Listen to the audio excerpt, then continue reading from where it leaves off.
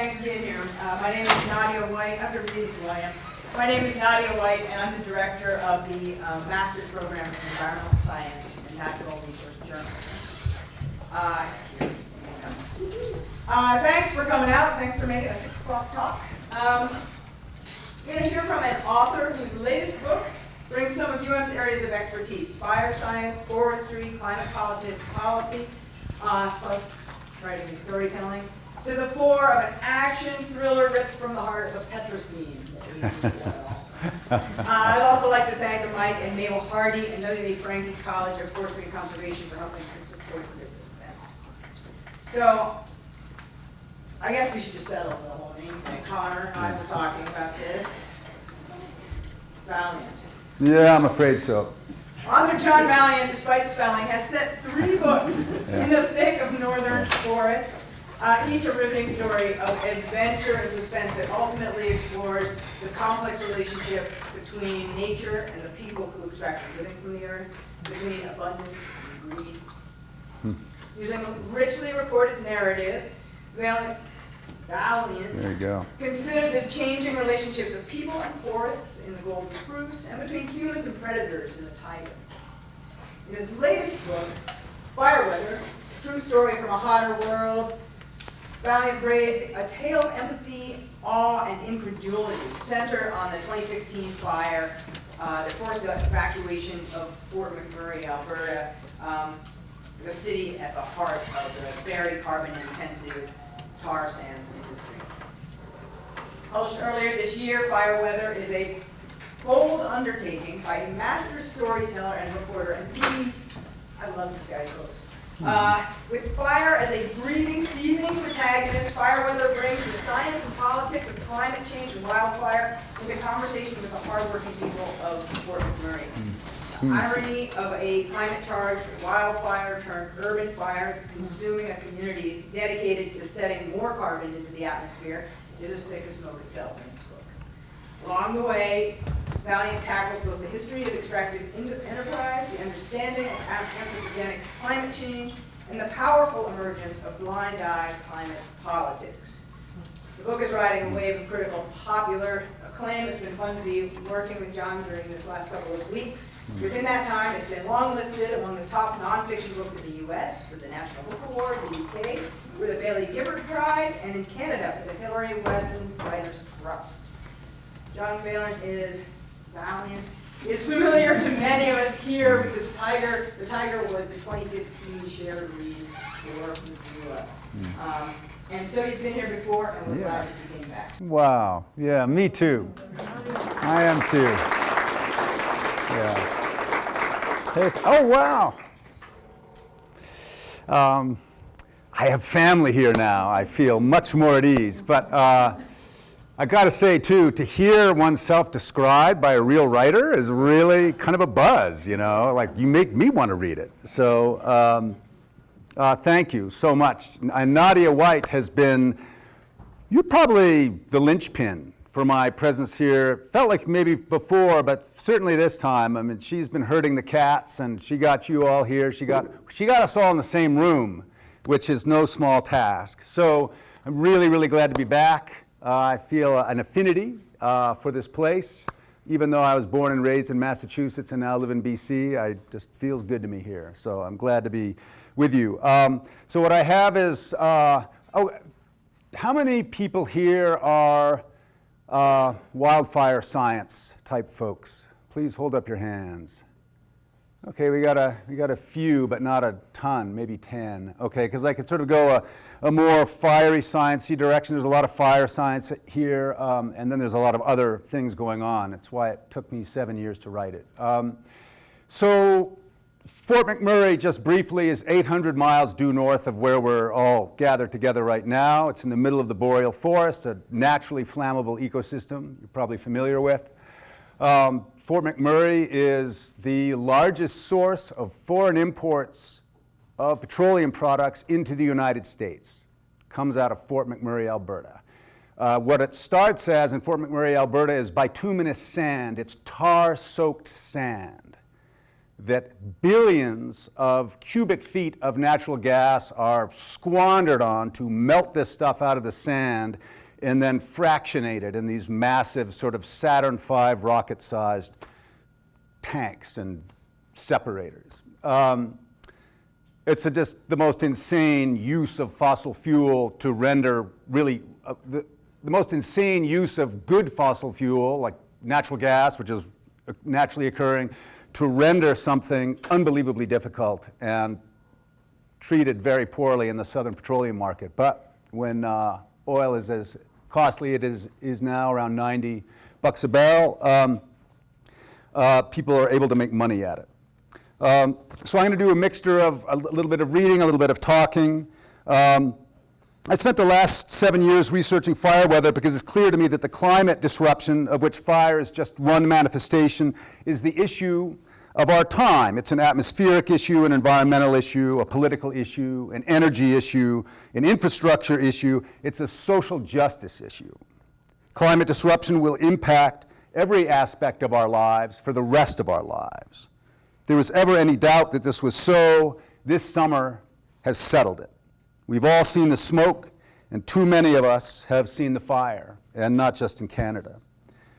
Back in June, if I'd asked you what Greece and Nova Scotia have in common, you might have said ocean views, and it's hard to imagine that both could suffer catastrophic structure fire and then catastrophic flooding, not just in the same year, but in the same season. And it's so, 2023. So things feel different now. Weather is different now. Fire is different now. It feels like the Earth's expressions are intensifying and accelerating. About 100 years ago, the American writer Ernest Hemingway wrote a novel called The Sun Also Rises, and there are a couple of lines in it that have really been sticking with me. "How did you go bankrupt?" Bill asked. "2 ways," Mike said, "gradually and then suddenly." This applies equally well to the last 50 years of observed and tracked climatic changes. We know the air is getting hotter because we can feel it. The heat dome of 2021 that broke records day after day and killed nearly 700 British Columbians is still a raw memory for many of us up there. I'm from Vancouver, BC, by the way. And so is the atmospheric river that inundated the Fraser River Valley, and that cut off the highway, cut off the railroad, isolated the city of Vancouver from the rest of Canada for weeks and weeks. What appears to be happening now is a non-linear acceleration. Radical extremes are being felt all over the world, and all you need to do is really look at any sign of planetary distress. So this is Mediterranean sea surface temperatures. This is year over year, the magenta line just heaving itself off. The chart there that was just July, mid-July from this year. Oops. These are global sea surface temperatures, again, year over year, and then you see 2023 just charting its own course. Antarctic sea ice anomalies, again, year over year, there's been a steady decline, but 2023 is in a class by itself. So this is a term that I think we all need to become familiar with, and that is discontinuity, an event or situation wherein past experience ceases to be a useful guide to future problem solving. We're in a new place now, a new realm, and I really saw this as in people's attempts to fight the Fort McMurray fire, which I'll be talking about shortly. And firefighters have really been dealing with this. So this is fire radiative power. This is the raw energy in watts coming off a fire. This is Canada this year. These other lines, these other colored lines, we can see them associated with different years. And then again, this line that looks like it's got a balloon attached to it is 2023, still going, still burning up there. And FRP is measured in terawatts. A terawatt is 1 trillion watts. It's a colossal amount of energy. And now the wildfires in Canada alone have generated close to 35 terawatts. And you can power Tokyos and Manhattans for months and months on energy like that. Again, this insane departure. Those are previous years. There's always a big jump. There's a jump in May and then a jump in July. And they all, you see this, fairly steady increase up and down. But again, 2023, this is the area burned. The area cumulatively is roughly Uruguay, Florida, Oklahoma. It's a lot.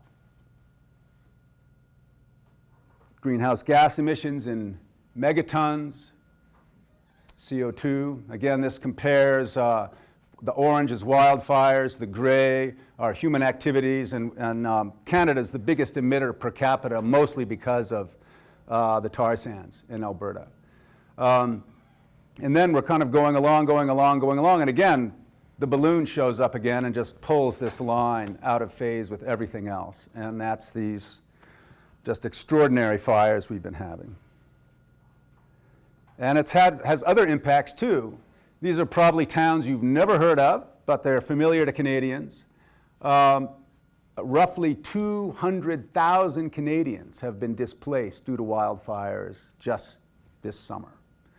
Another, tens of thousands of more have had the anxiety of being on alert, on evacuation alert. As we know down in the States, tens of millions have been impacted by wildfire smoke. So all of us are downwind, and some of us are closer to the flames than others, but an entire city's worth of people in Canada have been on the move. Most of you probably know this, the WUI, the Wildland Urban Interface. It's where the built environment butts up against the wildland. It's a place where I think about half of Canadians live, a third of Americans live, and it's where a whole lot of Montanans live. And this is a reality we're all dealing with now.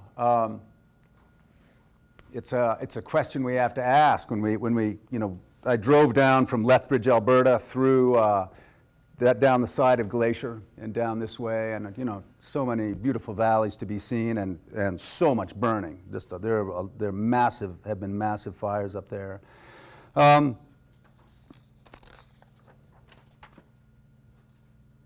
This is what the Fort McMurray fire looked like on May 2nd. It ignited the day before, about 7 miles or so southwest of Fort McMurray. Fort McMurray, again, is an isolated city with a superhighway running into it. It's where it's the base of the tar sands industry. About 90,000 people were living there.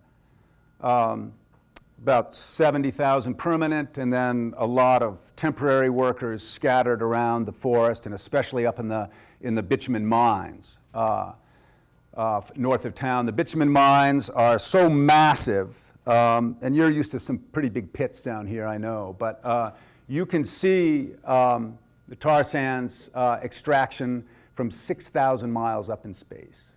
You can pick it out.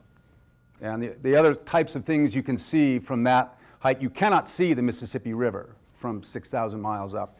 You can see San Francisco Bay, and you can see Cape Cod. It's about 1,000 square miles of disruption.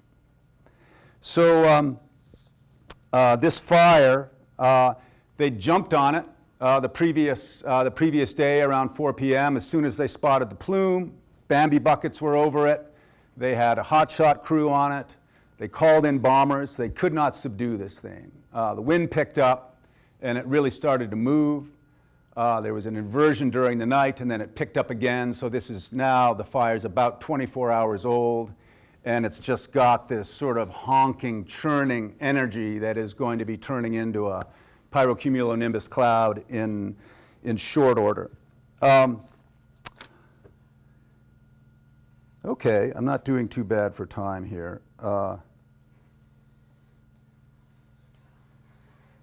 I've got a couple of quick readings. The notion of fire as chemistry does not come naturally because fire is so itself, almost a thing, but not quite.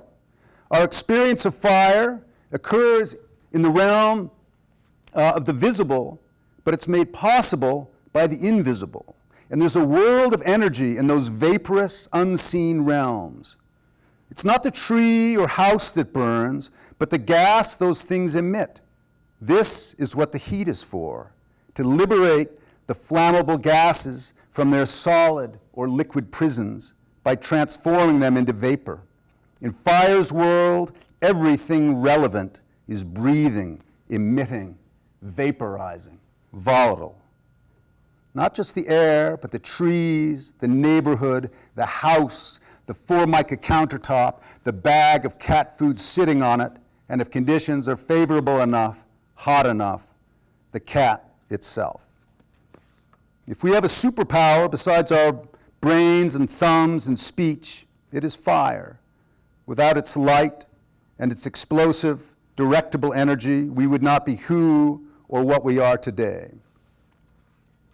So this notion of vaporizing the energy, it's the same process, whether it's a pine tree, a plastic chair, a pool of kerosene, or a living room curtain. And just as we cook our food to more easily release its nutrients, fire cooks its fuel to do the same. And just as a compelling scent draws a bloodhound through the woods, so volatile gases draw fire. In this sense, fire is pulled through space. It is here in the invisible, gaseous interface between the thing and its ignition that fire becomes mobile. And this molecule-thin frontier, known as the reaction zone, enables or denies, from moment to ignescent moment, the promise of fire's limitless, unimpeded growth. And this phenomenon, pyrolysis, is the key to understanding the motives and behavior of fire. Simply put, the goal of fire, its threefold objective, is to string these pyrolytic moments together for as long as possible, as broadly as possible, as intensely as possible. So, a lot of people weren't ready for this. This fire was fought as they would have fought other big boreal fires in the 1990s. They had the bombers on it, they had the hotshot crews on it. When they understood that it was coming toward town, they had bulldozers out, they're plowing cat guards through the forest. They start setting up sprinklers on the southwest side of town.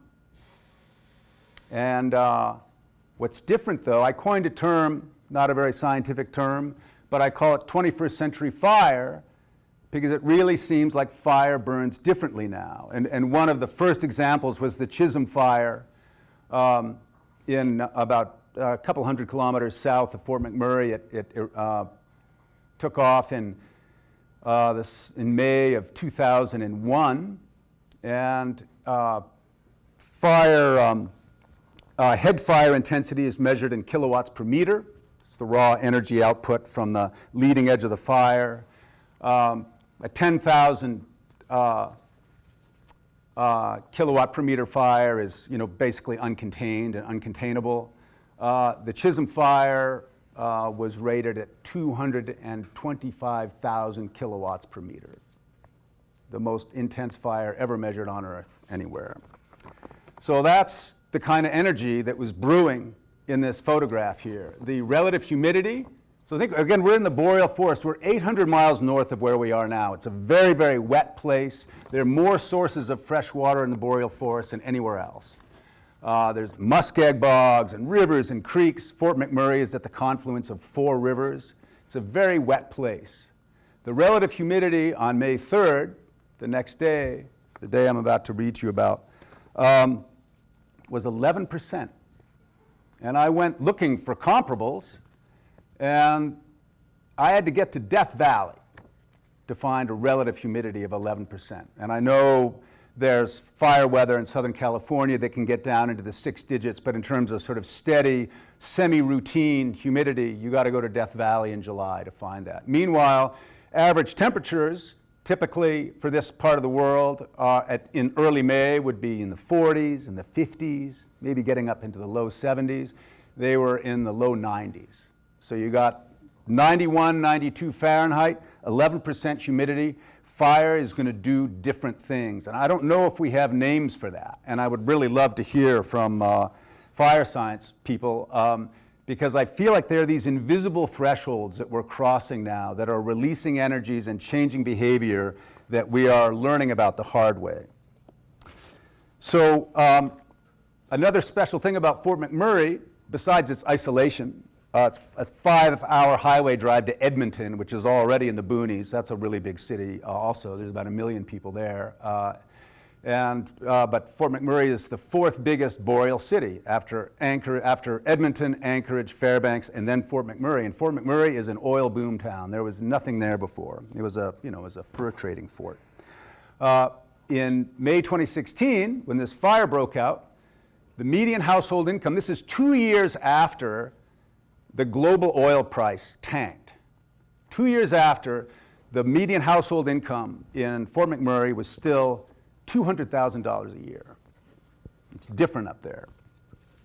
In Fort McMurray, May 3rd began differently for everyone, but it ended the same. For Chandra Linder, it began with a rite of spring. Linder was a labor relations advisor who worked for Syncrude. Syncrude is a portmanteau for synthetic crude, because that's kind of what they make up there, is synthetic crude oil that they sell as feedstock into the southern market, and they also make diesel fuel. The Koch brothers, Koch Industries has a lot to do with this on the border. Linder's husband, Corey, an engineer, was employed there too, and so were many of their friends. Blonde, with a pixie cut, Linder is fit and warm and does not suffer fools. It makes sense once you get to know her, but to an outsider it might be surprising to see someone so polished and female in such a remote, industry-oriented, testosterone-heavy place. So the basic gender breakdown at site, with a capital S, which is what they call the work sites up there, is about 25-1, men to women. It's a very strange place. If you've heard of Ducks, this beautiful graphic memoir that's really been selling really well, that describes what it's like to work up there as a woman, and not enviable. But it's a really beautiful book this woman made, Kate Beaton. So for work, Linder dresses accordingly: minimal makeup, high collars, dark pants, no heels, clothes suitable for climbing in and out of trucks and SUVs, for working in a world of working men. Linder had already seen the smoke plume southwest of town, because everyone had seen it. A wind-swept cauliflower of billowing grays and browns that appeared to have sprouted full-blown from the forest on Sunday afternoon.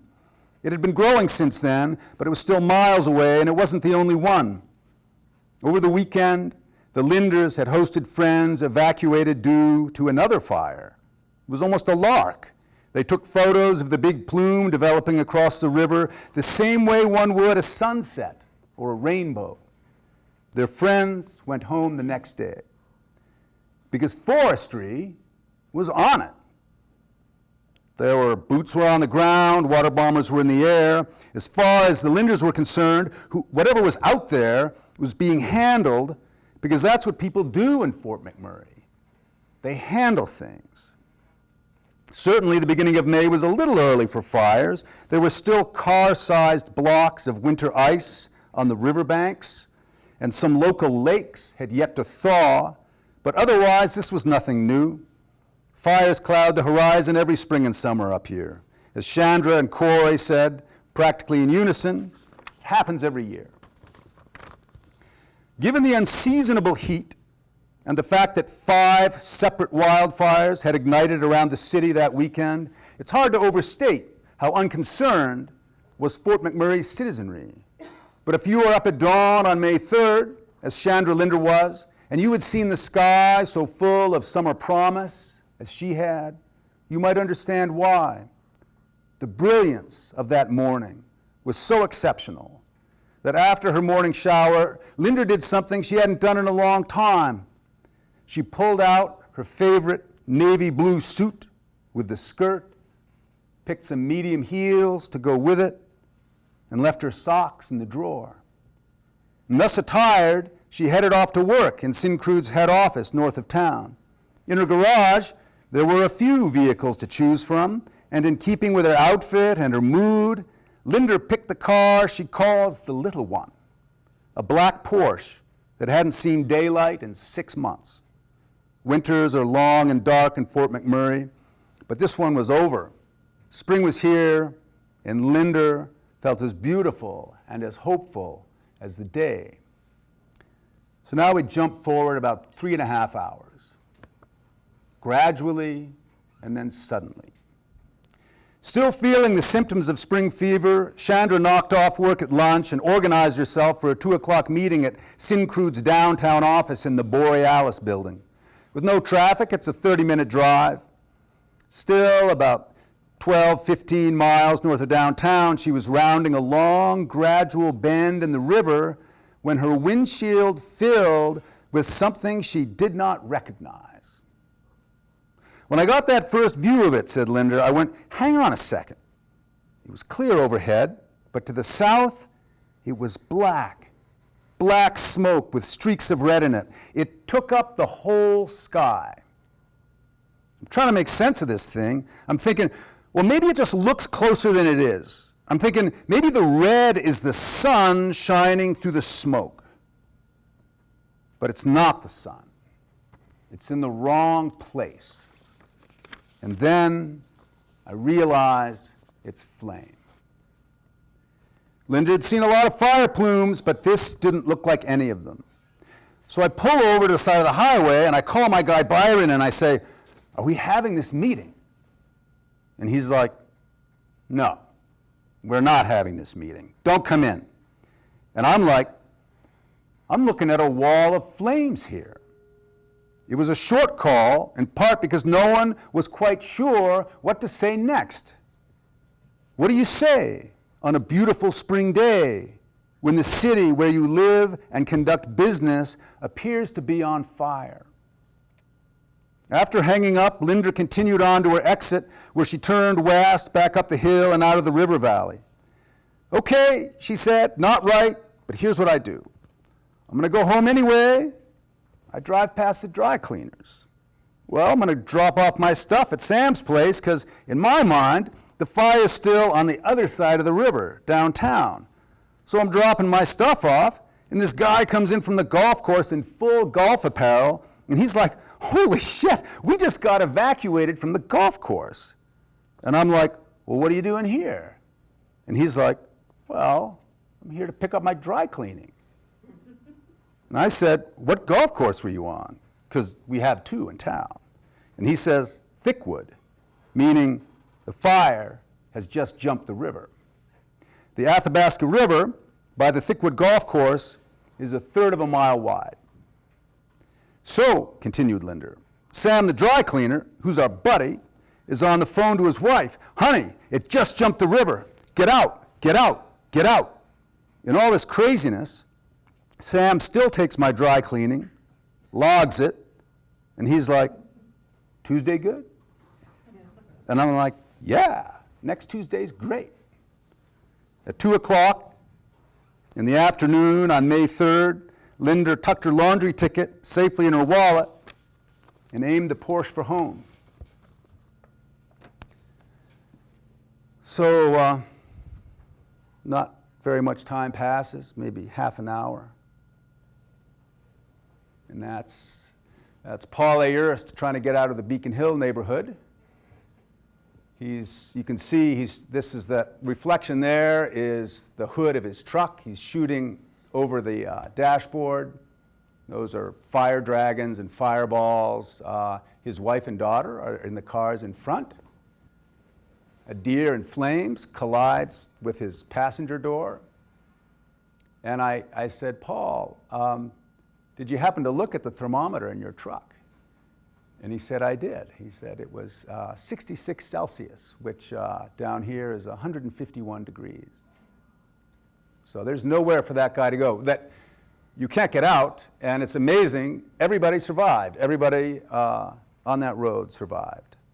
And what's amazing about Fort McMurray in general, why we didn't hear more about it, unlike Lahaina, unlike Paradise, California, unlike Lytton, BC, unlike Island of Rhodes in Greece, elsewhere, There were no fatalities in the flames. It was the biggest, most rapid evacuation due to fire in modern times. So 90,000 people got out of that city intact. People died after for various reasons, but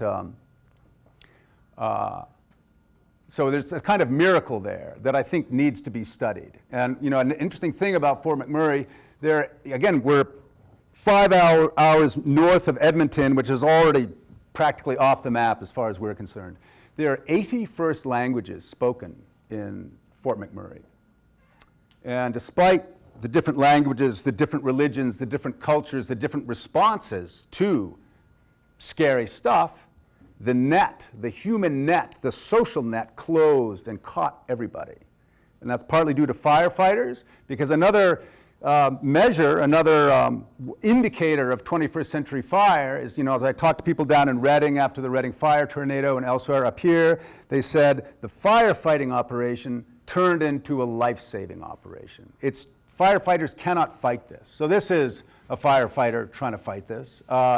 This is a fire hose, as you can tell, and what you can see happening is the hose stream going up. They're trying to wet down this outer ring of houses. Obviously, those are lost. This is at about, by the way, 3 or 4 in the morning. That's another indicator of 21st century fires. It does not cool down. You have fires growing and actively expanding in forests and in communities in the middle of the night, when normally, historically, things have tended to settle down, giving everybody kind of a break. There's no break here. A lot of these guys, just like in Redding in 2018, they worked 48 hours, 54 hours, you know, they're delirious driving fire trucks around. You know, it's super dangerous on every level.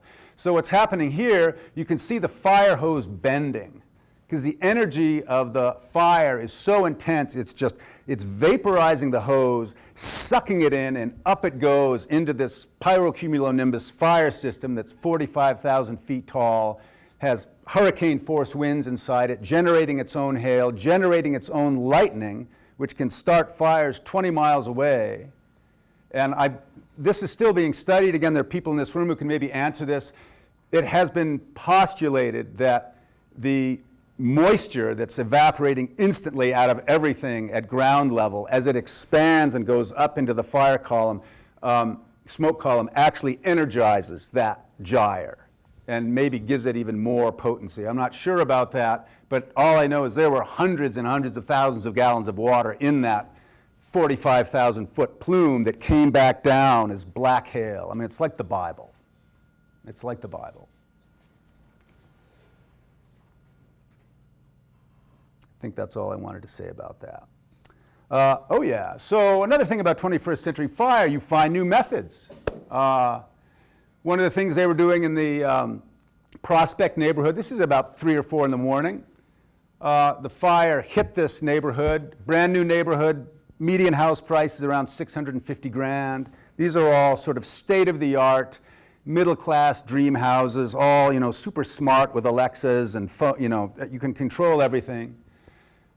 These things are just going up in flames, kind of block by block by block. The burn speeds, I talked to firefighters and they said, yeah, they were burning down in about 5 minutes. And I'm saying, okay, this guy's been through a lot. There's a lot of adrenaline. There's some trauma probably. There's probably some exaggeration.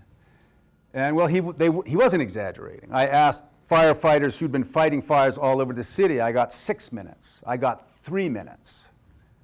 And that's because the heat coming out of the forest, the radiant heat, that's the heat that tells you not to touch the candle. That radiant heat that comes out of the candle, comes out of the flames, it moves at the speed of light. And in the case of this fire, coming out of the forest into the neighborhood, it was about 500 Celsius. So that's, I don't know, 900, 1,000 degrees, hotter than Venus for sure. So these places where literally people had been playing with their kids 3 or 4 hours earlier, swinging on a swing set, were now hotter than Venus.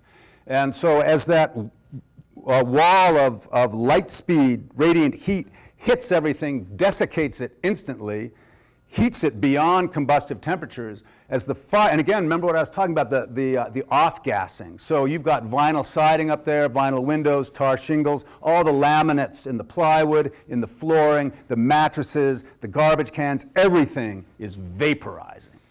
And so when the flame comes in, it's just instant, total ignition. So that's how you get a house to burn down in 5 minutes. So that's what these guys are dealing with. And so they realized, we're losing here. I interviewed these heavy equipment operators. This is not a job they'd ever had before. And there's no shelter for them. They're wearing jeans and T-shirts. And so the fire trucks, as you saw, the hose was useless on the fire. There were ranks of fire trucks behind these guys, hosing down the machinery to keep the hydraulic hoses from melting, to keep the guys from just blistering and burning up. And so they're tearing down these brand new houses, basically trying to plow a fire break through the middle of the neighborhood. Millions and millions of dollars worth of housing just being destroyed minute by minute. They would take the trucks in the street. They had bulldozers too. They would just plow the trucks and cars into the basements. They would use them as ramrods to knock out the supporting members of the houses and then rip the houses down on top of them, because as the guy said, well, a 15-foot flame, of a burning, broken house is a lot easier to deal with than an 85-foot flame of a standing house. And then, because there's wind, we've got 25, 30-knot winds now, and these are also generating their own winds. And interestingly, I did there are terrible fires in Japan, way before the Americans bombed them in World War II.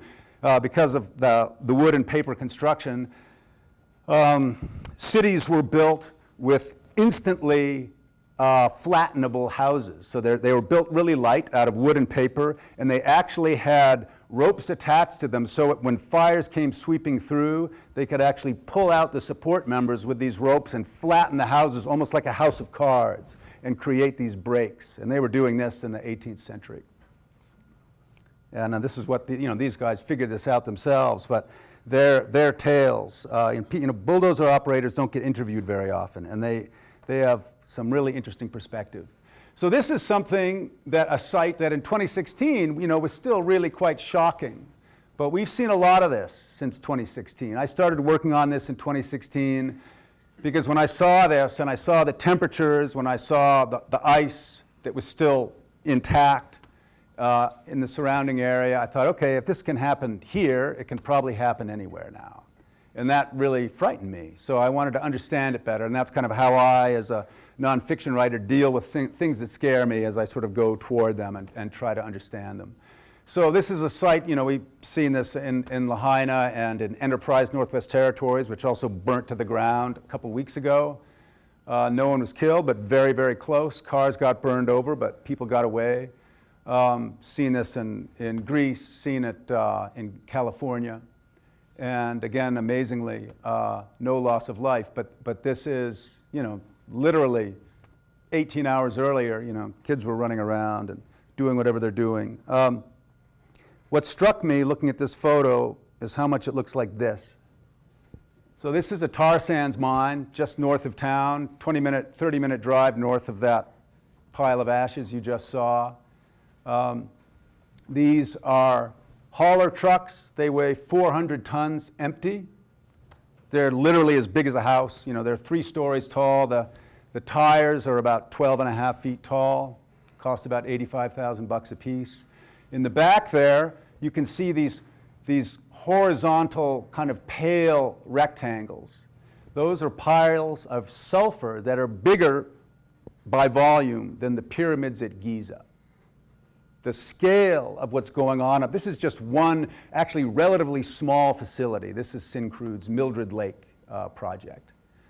The flare stacks are 600 feet tall. The flames are another 100 feet. They were until a couple of skyscrapers got built in Edmonton. They were the tallest things for 1,000 miles in any direction, just belching massive pennants of flame into the atmosphere. I literally thought, the first time I saw them, I thought it was the sun setting. That's how just out of scale everything is.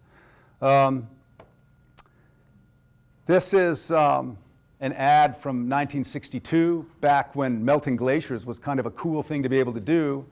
Humble was a subsidiary of Esso, which is, Standard Oil, which became actually pretty much every big American oil company you know of because it was broken up in an antitrust suit in 1907. But this, back when it was a virtue to be able to melt glaciers, you could do 7 million tons. I don't know if this was a day or a month, but, it was a lot. I'm kind of getting off my script here. I'm getting kind of excited by all these pictures. But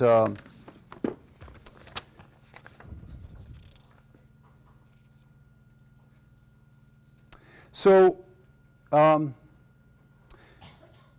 reason these change. So one reason these. This is this thing that just occurred to me after I wrote the book. But never before have technology, culture, and nature been moving so quickly simultaneously. And one reason that's so shocking is because we're used to being the stars of the show. Nature stays roughly the same, and then we, historically, it's been humans who've outpaced the natural world, whose mighty works have altered the face of the globe. From arrowheads to alphabets to AI, our species has progressed steadily faster than geologic time, leaving indelible marks as we go. But now, geologic time, climate time, is moving as fast, in some cases faster than we are, faster than technology, faster than history. The world we thought we knew is changing under our feet because we changed it. And it was in this fire that I began to really understand that. So about around the same year that glacier ad ran, that was 1962. In 1959, Edward Teller, greatest living physicist at the time, father of the hydrogen bomb, has a bit part in Oppenheimer. He gave a talk at Columbia University that a bunch of bankers, a bunch of historians, a bunch of oil company executives, and he said, there's something you guys ought to know about CO2. And he gave them a primer on CO2 and how it retains heat and how it could impact glacial ice and what that might do to New York City, which is where the talk was being given. In 1965, there was the White House Climate Report, a signal document. Wally Brucker was one of the big contributors to that, a pretty famous climate scientist, now passed. Then we had the first World Climate Conference in '79, Hanson's testimony to Congress. But people were actually talking climate on Capitol Hill back in the 50s. And that was a really beautiful discovery that I made thanks to Twitter. And that's in part 3 of Fire Weather, this conversation between Roger Revelle, who was a climate scientist at Scripps Institution, and this pretty conservative congressman named, I think it's Albert Young, who's from Texas. And they're talking climate science in '56. It was amazing. So then we got the, up and up and up we go. This is the now famous Keeling curve of CO2, and all these guys, were probably wishing their oil stocks had performed as well as this. And this is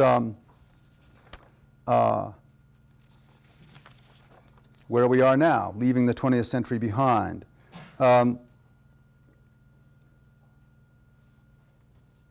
So what it feels important to say here, just in terms of how we get our energy now, the situation we're in now, we're in this strange lag.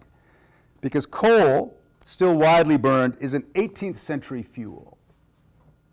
Oil, which still drives about 80% of the world's economic activity, is a 19th century fuel. The internal combustion engine was prototyped in 1860. Standard Oil Exxon was founded in 1870. Bitumen, which is what they mine up in Fort McMurray, is not a fuel at all. It's a driveway sealer. In ancient times, it was used as mortar to stick bricks together in Mesopotamia. In Alberta, the Dene people used to use it to seal their canoes. It takes billions of cubic feet of natural gas every day to melt and fractionate bitumen into substances southern petroleum markets will buy. So why on earth are we still doing this? Especially when scientists have understood the basics of the greenhouse effect literally since the 18th century. So I got to unpack that amazing lineage, these amazing visionaries, and the discoveries they made. in part 3 of Fire Weather. We've understood the heat-retaining qualities of CO2 since the 1850s. Scientists were actually speculating on industrial CO2's potential for altering the climate by the 1890s. They were already, it was mostly coal then, but they were realizing, okay, coal generates a lot of CO2. This is really expanding. They understood its impact on climate. There was a lot of speculation. This is what caused these glaciations and interglacial periods. And they thought, well, if we keep, developing at the rate we're going, we're going to outstrip nature's ability to buffer this. And that this was, way before our grandparents were even born. This is something that also really took me a while to wrap my head around. The only reason we labor so hard to liberate coal, oil, and gas from the ground is so we can burn it. In other words, if you're in the petroleum industry, you're in the fire industry, which means you're in the CO2 industry, which means you're aiding and abetting the disruption of our one and only climate. What's alarming and criminal is the fact that petroleum companies have known this for 50 years. In fact, they've been leaders in climate science. This is really amazing. Some of you may be familiar with this. There were these amazing exposés done in 2015 by Inside Climate. LA Times did it. Naomi Oreskes and Jeffrey Supran also wrote about this. But so this is 1970s science being encapsulated and packaged in an internal memo in Exxon. Inside Exxon, this is 1850. This is 2150. This is, they understood that climate was variable, that there were natural changes and shifts, but they gamed it out in terms of the expansion of fossil fuel burning into the future, and they predicted, again in the 70s, that there would be a departure right around 2000.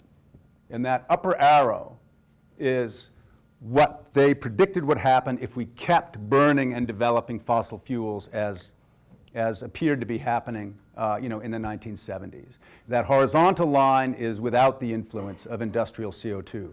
They saw this coming. They predicted it perfectly. Again, 21st century fire fits right into that.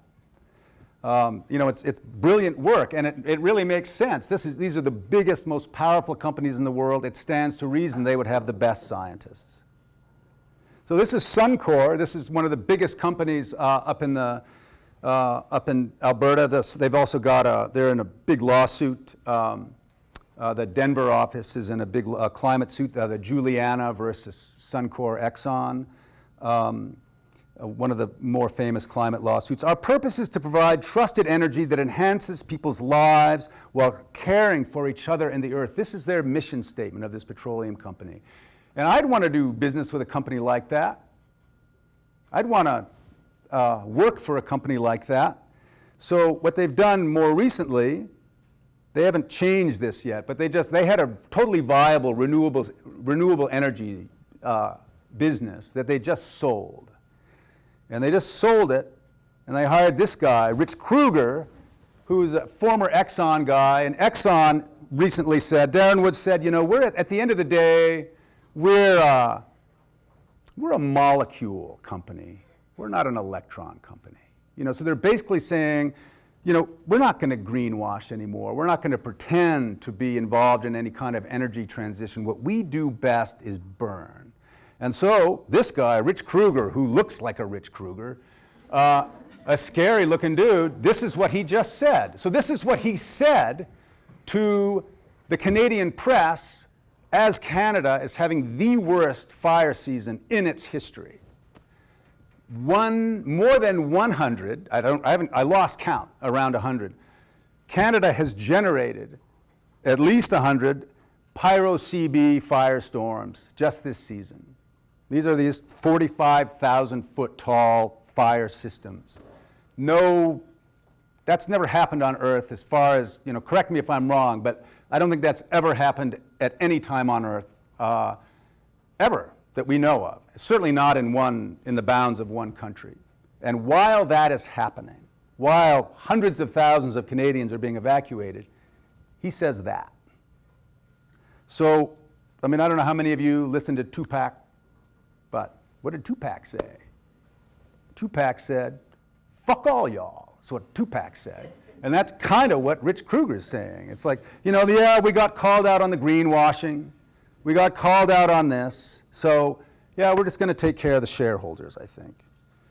So, I'm not singling out Suncor here, because this is an example of what every petroleum CEO has told the press just in the past couple of months. You can see Sayo Wayan and of Shell and Van Beurden before that, the BP, Looney, the BP guy, all of them are basically saying this. We are serving the shareholders. There's no longer any attempt to cover their ambitions up. They basically said the money's too good. Exxon's Darren Woods got a 50% pay raise this year, while the median Exxon employee's wage dropped by 10%. Suncor enjoyed record profits too, and they're preparing to fire 1,500 workers. Shareholders, it seems, comes first, second, and third, before workers, before the climate, before common decency and common sense. Even the Wall Street Journal, historically friendly to big business and big oil, is calling them out now. Just last week, they published an expose entitled Inside Exxon's Strategy to Downplay Climate Change. And the idea of this, an article like that appearing in the Wall Street Journal is kind of a watershed. So again, it took me 7 years of just sort of sitting with this, sitting in the fire, as it were, to come to this. But this is really what's happening. And these men are servants. They are kind of high priests serving fire. And fire has this capacity in the current moment to generate spectacular wealth, but it's a kind of 20th century, 19th century, 18th century wealth. And it's, this is all tailing off right now for a whole bunch of reasons. Not ready for that yet. So this is where we are in 2023, while Canada burns, while Lahaina burned, while smoke blanketed the East Coast and temperatures have been spiking around the globe. Petroleum executives have been saying in public, we're choosing profits over people and the planet. At least we know where they stand. So we can focus on them,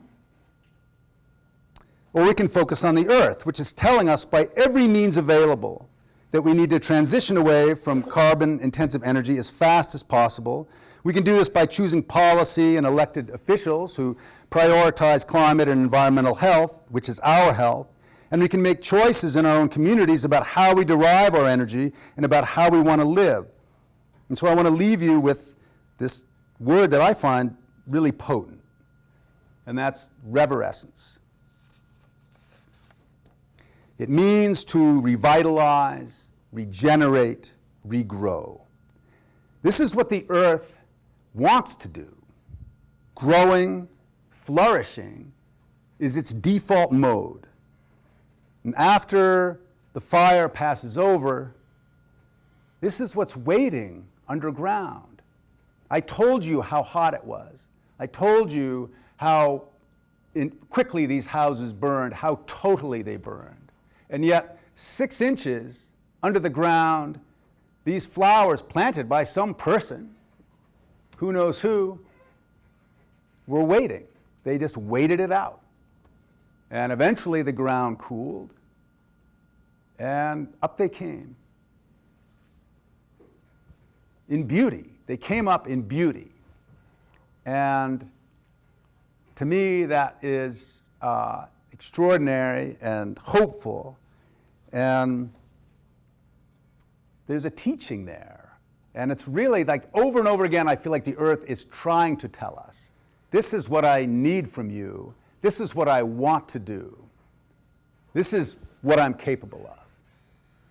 This is the reset. And this is what we must focus on, to follow that good, growing energy. We can vote, we can act, we can plant, we can electrify. There's a renewable energy transition underway across the globe right now. Peak oil is imminent. We have to remember that our petroleum-driven society, and this is really hard for all of us. We were born into the age of oil. We were born into the Petrocene age. It's normal for us. It feels right to us. It smells right to us. But it's only been around for 150 years. Our species and our capacity for rich, productive, inclusive civilization is ancient. Petroleum has been an extraordinarily disruptive experiment, and the results are in. Clearly, it's time to move on. We have the will, the knowledge, and the technology to do it, but the most powerful thing we can do right now is participate in this ongoing transition and to embrace reverescence in all its forms. And I really feel like 2023 is this moment when we're being invited to, invited is putting it nicely, but basically firmly suggested to make this choice about where we derive our energy and how we relate to the mothership. So that's it. Thank you very much for listening. You may have questions or comments. I know there's some experts in here. So really appreciate you coming out this evening at dinner time, and I'm glad to be with you tonight. So.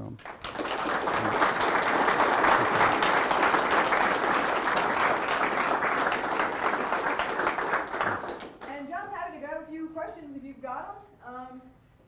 And if you gotta go, you gotta go. But you want to field a few? Yeah, for sure.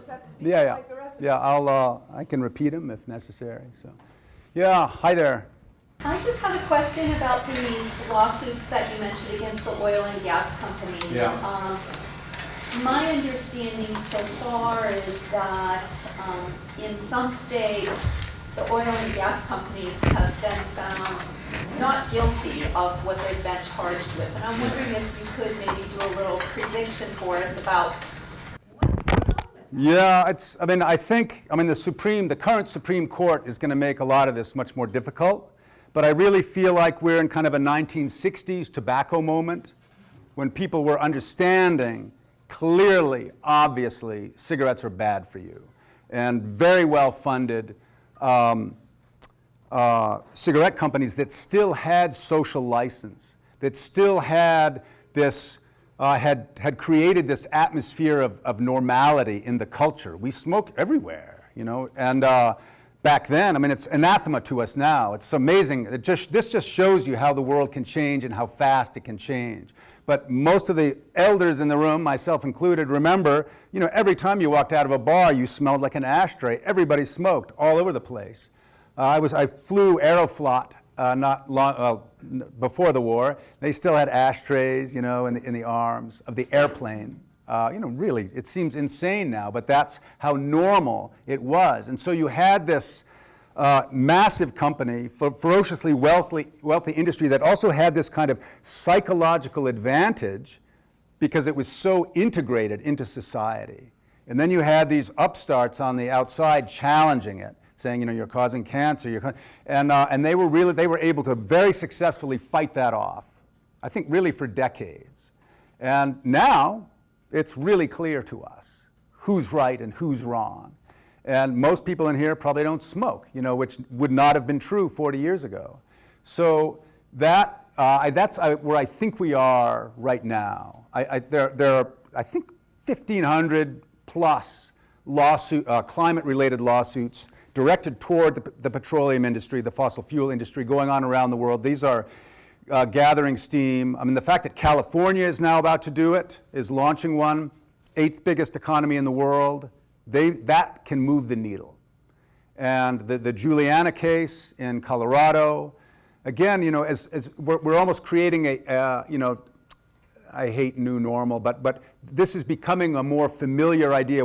You're shifting, you're moving the ocean liner of culture. It's not just the law, it's also the way people think about it. And most people back in the 60s were busy smoking away. And if they weren't, their mom was, or their grandmother was, or dad used to, or whatever, it was a really normal thing. And right now, internal combustion engines are totally normal and socially acceptable for us. But that's really changing. And I think in terms of the energy transition, the kind of the corollary to this, the partner to this, we're certainly in parts of the world, in a kind of 2007 smartphone moment. I remember seeing the first smartphone and wondering, what does this have to do with my life? Okay, you can make the pictures bigger and smaller, but I really don't care. I can't see myself having one of those. Well, I have one of them now, and 11-year-olds have them. And that happened really, really quickly. And I think in terms of energy, the energy transition, you should see the number of Teslas in Vancouver. you can be at a four-way stop and every car is a Tesla except me and my Subaru, you know. And so we're in an amazing moment. I think by 2030, a whole bunch of things are going to be different. And there's a, oh, that's my phone. That's my smartphone. Anyway, I hope that, you know, I'm not an expert in the law. Not a doctor, yeah. Yeah, hey. I was curious, like, in interviewing the residents of Fort McMurray, I guess, yeah, were there any, like, interesting perspectives you got, given that they do work in, like, the extractive industry, were affected by this? I feel like there could be a lot. Man, I'm really glad you asked that. That's what I really wanted to know too. You know, so going up into a petroleum town where a lot of people who never had any money are now making 200 grand a year in the petroleum industry, you know, you don't want to look that gift horse in the mouth. So I interviewed them. First of all, people in Fort McMurray were universally cool to me and really generous, really, really open. And you know, I'm from Vancouver, and that has a reputation in Alberta. Alberta is the Texas of Canada, just so you know. Oil, God, not so many guns, but horses and alienation from the federal government, the whole 9 yards. So being a Vancouver, which is, you know, kind of lefty, pot-smoking liberal, enviro guy, is kind of would be their stereotype of me. None of that's true, of course. Going in there, you know, and I'm basically going in there saying, you know, tell me about the worst day of your life. That's really what I'm saying. And so there's a two-word response to that. Not that different from Tupac's, that would be totally acceptable.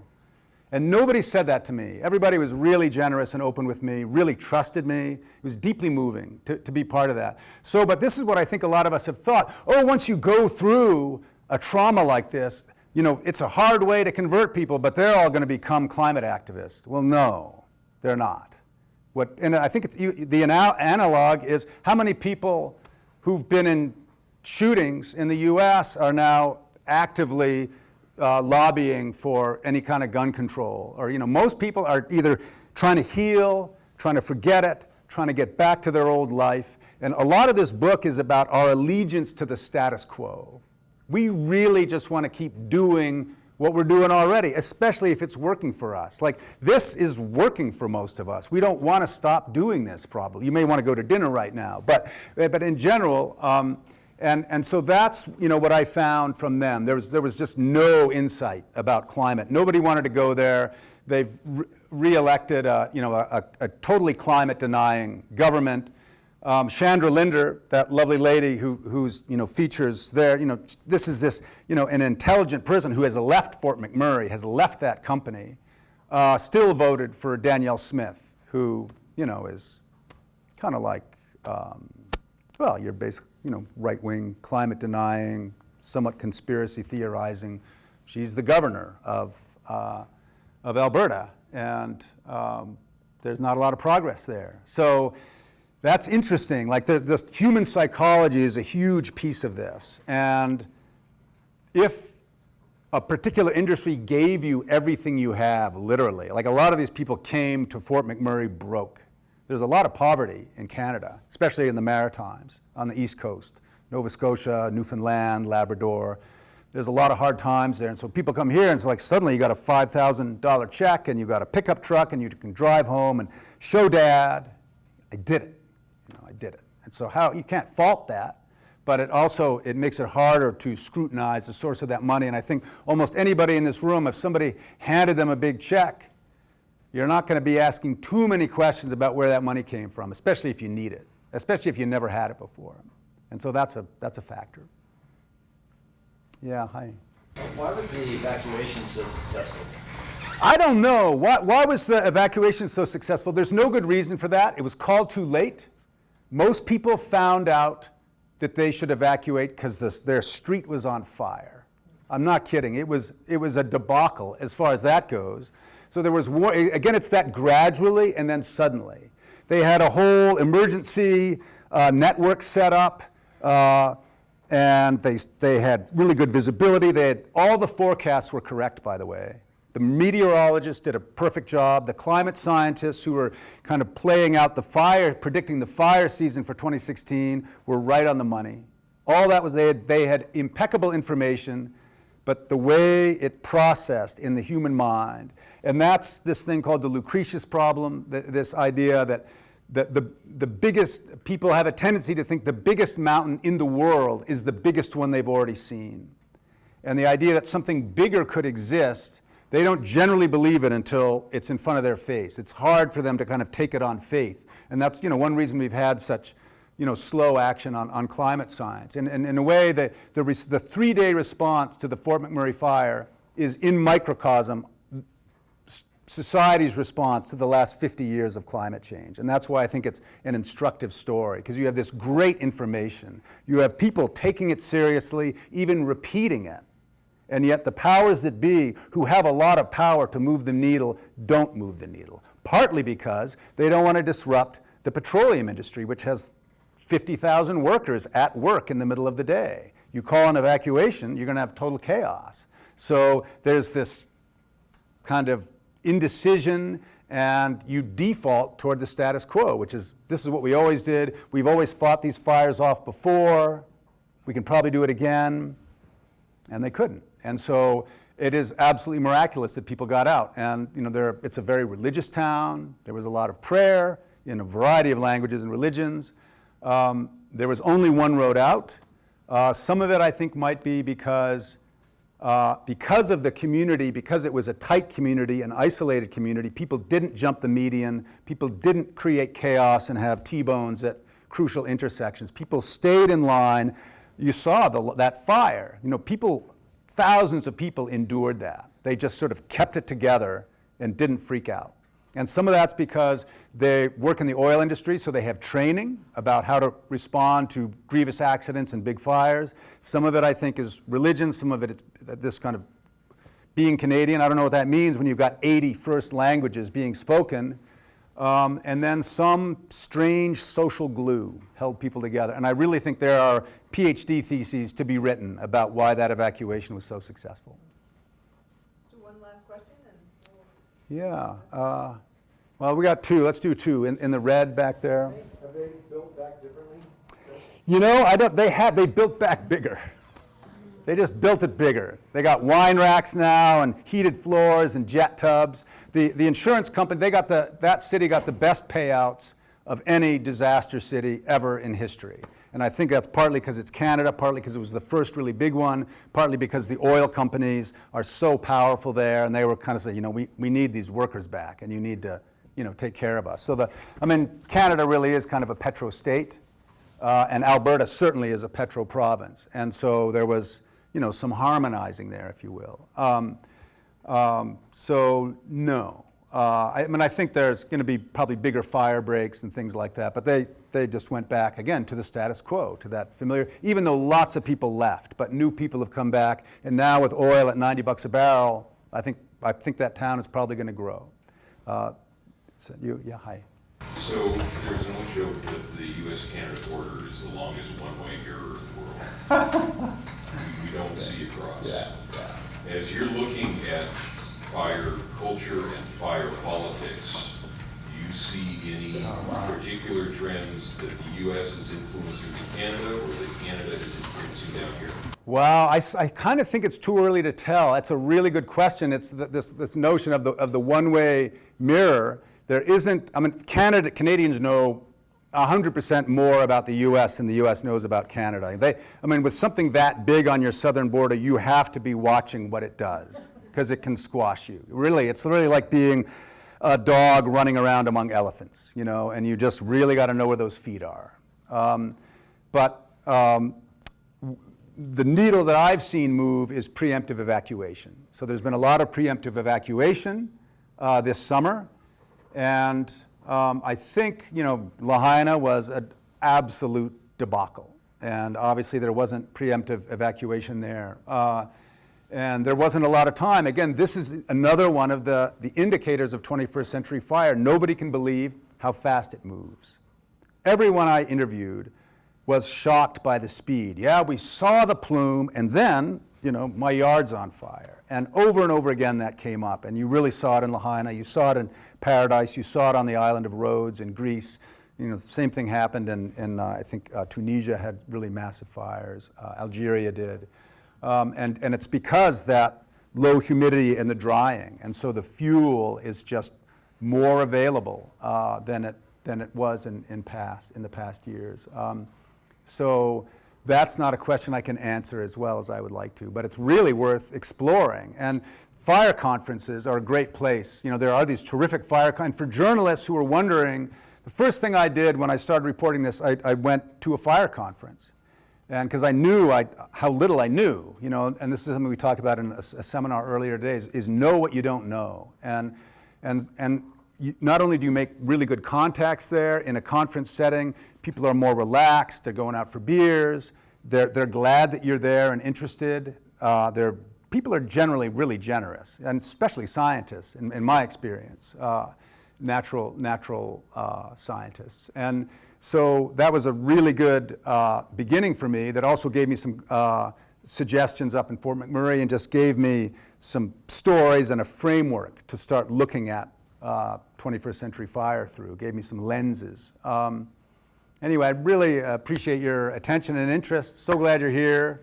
And I'm around, you know, so I'll be around all day tomorrow too. You're not rid of me yet. So glad to chat more as needed. I'm John Vaillant on Twitter. I'm easily accessible and glad to help if I can.